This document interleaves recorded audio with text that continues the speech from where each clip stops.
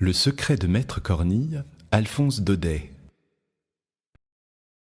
Francette Mamaille, un vieux joueur de fifre qui vient de temps en temps faire la veillée chez moi en buvant du vin cuit, m'a raconté l'autre soir un petit drame de village dont mon moulin a été témoin il y a quelque 20 ans. Le récit du bonhomme m'a touché et je vais essayer de vous le redire tel que je l'ai entendu. Imaginez-vous pour un moment, cher lecteur, que vous êtes assis devant un pot de vin tout parfumé et que c'est un vieux joueur de fifre qui vous parle. Notre pays, mon bon monsieur, n'a pas toujours été un endroit mort et sans renom comme il est aujourd'hui. Autre temps, il s'y faisait un grand commerce de meunerie, et 10 lieues à la ronde, les gens des mâts nous apportaient leur blé à moudre. Tout autour du village, les collines étaient couvertes de moulins à vent. De droite et de gauche, on ne voyait que des ailes qui viraient au mistral par-dessus les pins, des ribambelles de petits ânes chargés de sacs, montant et dévalant le long des chemins. Et toute la semaine, c'était plaisir d'entendre sur la hauteur le bruit des fouets, le craquement de la toile et le « dia-hu » des aides-meuniers. Le dimanche, nous allions au moulin par bande. Là-haut, les meuniers payaient le muscat. Les meunières étaient belles comme des reines, avec leurs fichus de dentelle et leurs croix d'or. Moi, j'apportais mon fifre, et jusqu'à la noire nuit, on dansait des farandoles. Ces moulins-là, voyez-vous, faisaient la joie et la richesse de notre pays. Malheureusement, des Français de Paris eurent l'idée d'établir une minoterie à vapeur sur la route de Tarascon. Tout beau, tout nouveau. Les gens prirent l'habitude d'envoyer leur blé aux minotiers, et les pauvres moulins à vent restèrent sans ouvrage. Pendant quelque temps, ils essayèrent de lutter, mais la vapeur fut la plus forte, et l'un après l'autre, pécaire, ils furent tous obligés de fermer. On ne vit plus venir les petits ânes. Les belles meunières vendirent leurs croix d'or. Plus de muscat, plus de farandole. Le mistral avait beau souffler, les ailes restaient immobiles. Puis, un beau jour, la commune fit jeter toutes ses masures à bas et l'on sema à leur place de la vigne et des oliviers. Pourtant, au milieu de la débâcle, un moulin avait tenu bon et continuait de virer courageusement sur sa butte à la barbe des minotiers. C'était le moulin de Maître Cornille, celui-là même où nous sommes en train de faire la veillée en ce moment. Maître Cornille était un vieux meunier, vivant depuis 60 ans dans la farine et enragé pour son état. L'installation des minoteries l'avait rendu comme fou. Pendant 8 jours, on le vit courir par le village, ameutant le monde autour de lui et criant de toutes ses forces qu'on voulait empoisonner la Provence avec la farine des minotiers. « N'allez pas là-bas, disait-il, ces brigands-là, pour faire le pain, se servent de la vapeur, qui est une invention du diable. Tandis que moi, je travaille avec le Mistral et la Tramontane, qui sont la respiration du bon Dieu. » Et il trouvait comme cela une foule de belles paroles à la louange des moulins à vent, mais personne ne les écoutait. Alors, de mâle rage, le vieux s'enferma dans son moulin et vécut tout seul comme une bête farouche. Il ne voulut pas même garder près de lui sa petite fille Vivette, une enfant de 15 ans, qui, depuis la mort de ses parents, n'avait plus que son grand-père au monde. La pauvre petite fut obligée de gagner sa vie et de se louer un peu partout dans les mâts pour la moisson, les magnans ou les olivades. Et pourtant, son grand-père avait l'air de bien l'aimer, cet enfant-là. Il lui arrivait souvent de faire ses 4 lieues à pied par le grand soleil pour aller la voir au mât où elle travaillait, et quand il était près d'elle, il passait des heures entières à la regarder en pleurant. Dans le pays, on pensait que le vieux meunier, en renvoyant Vivette, avait agi par avarice, et cela ne lui faisait pas honneur de laisser sa petite fille ainsi traîner d'une ferme à l'autre, exposée aux brutalités des bails et à toutes les misères des jeunesses en condition. On trouvait très mal aussi qu'un homme du renom de Maître Cornille, et qui, jusque-là, s'était respecté, s'en allât maintenant par les rues comme un vrai bohémien, pieds nus, le bonnet troué, la taillole en lambeaux. Le fait est que le dimanche, lorsque nous le voyions entrer à la messe, nous avions honte pour lui, nous autres les vieux, et Cornille le sentait si bien qu'il n'osait plus venir s'asseoir sur le banc d'œuvre. Toujours, il restait au fond de l'église, près du bénitier, avec les pauvres. Dans la vie de maître Cornille, il y avait quelque chose qui n'était pas clair. Depuis longtemps, personne au village ne lui portait plus de blé. Et pourtant, les ailes de son moulin allaient toujours leur train comme devant. Le soir, on rencontrait par les chemins le vieux meunier poussant devant lui son âne chargé de gros sacs de farine. « Bonne vêpre, maître Cornille !» lui criaient les paysans. « Ça va donc toujours, la meunerie ?»« Toujours, mes enfants !»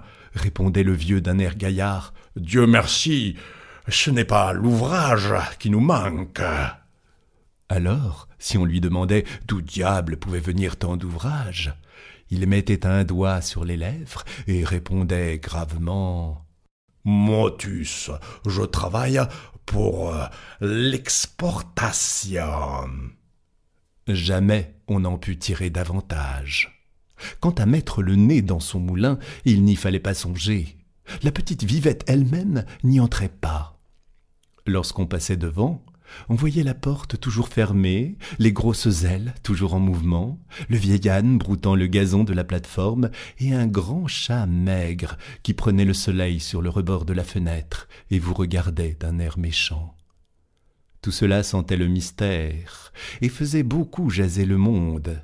Chacun expliquait à sa façon le secret de maître Cornille.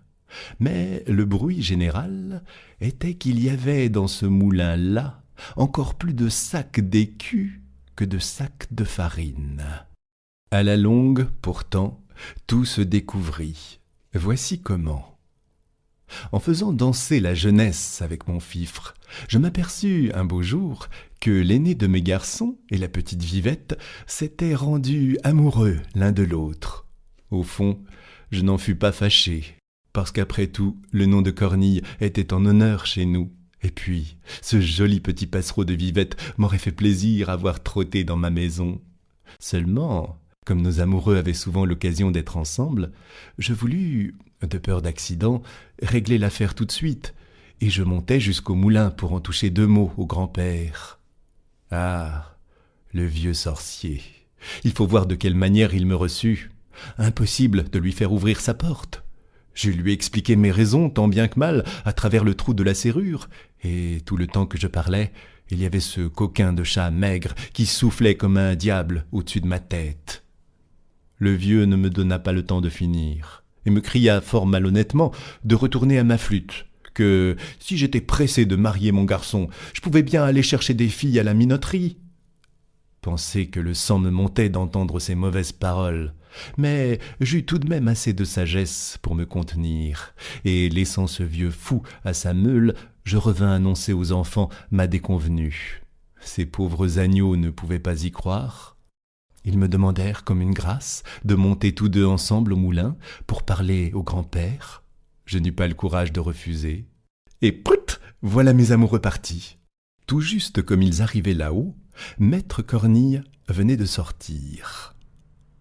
La porte était fermée à double tour, mais le vieux bonhomme, en partant, avait laissé son échelle dehors, et tout de suite, l'idée vint aux enfants d'entrer par la fenêtre, voir un peu ce qu'il y avait dans ce fameux moulin.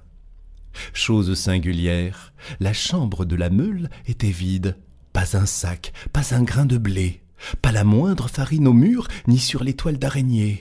On ne sentait pas même cette bonne odeur chaude de froment écrasé qui embaume dans les moulins. L'arbre de couche était couvert de poussière, et le grand chat maigre dormait dessus.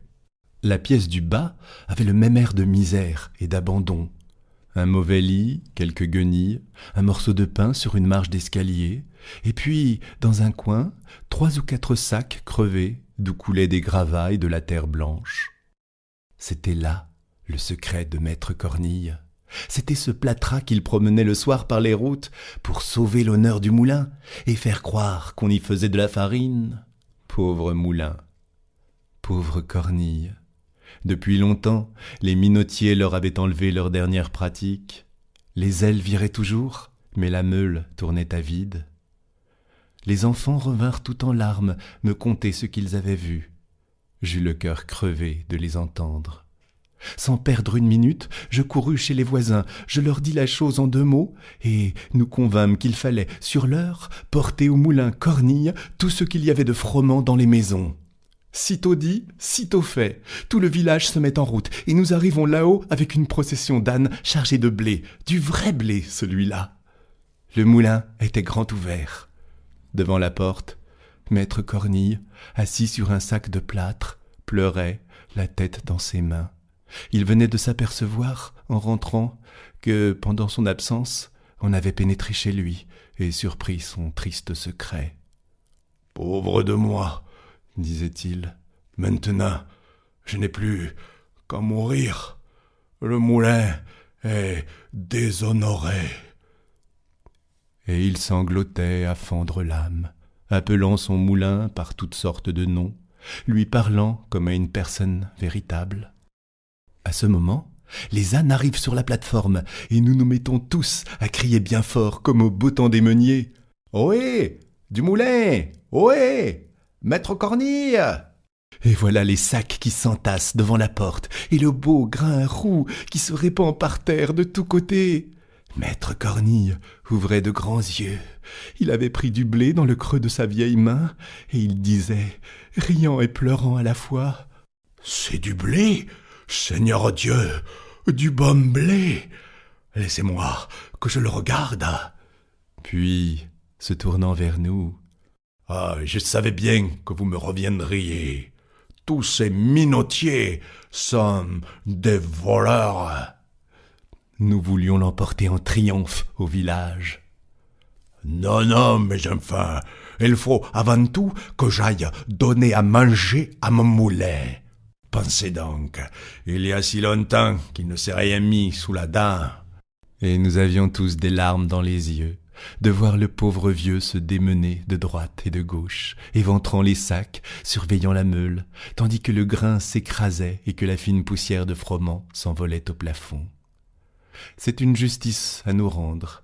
À partir de ce jour-là, jamais nous ne laissâmes le vieux meunier manquer d'ouvrage. Puis, un matin, maître Cornille mourut, et les ailes de notre dernier moulin cessèrent de virer. Pour toujours, cette fois. Cornille mort, personne ne prit sa suite. Que voulez-vous, monsieur? Tout a une fin en ce monde, et il faut croire que le temps des moulins à vent était passé, comme celui des coches sur le Rhône, des parlements et des jaquettes à grandes fleurs.